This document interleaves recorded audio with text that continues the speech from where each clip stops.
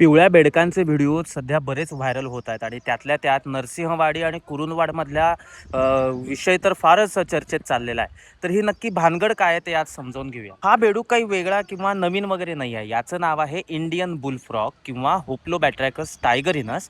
पूर्वी याला राणा टायगरिनस या नावानं सुद्धा ओळखायचे.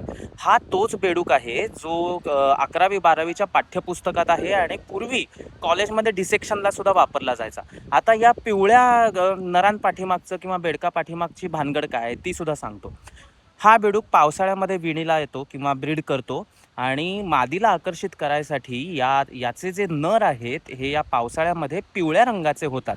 आता हे पिवळ्या रंगाचे का, तर इथं एक इंटरेस्टिंग गोष्ट आहे बरं का. याला म्हणतात बाय मोडल कम्युनिकेशन. जे दृक आणि श्राव्य म्हणजे ते जसा आवाज देतात बैलासारखा, तसंच जो नर जास्ती पिवळा असेल त्याचे मेटिंगचे चान्सेस वाढतात.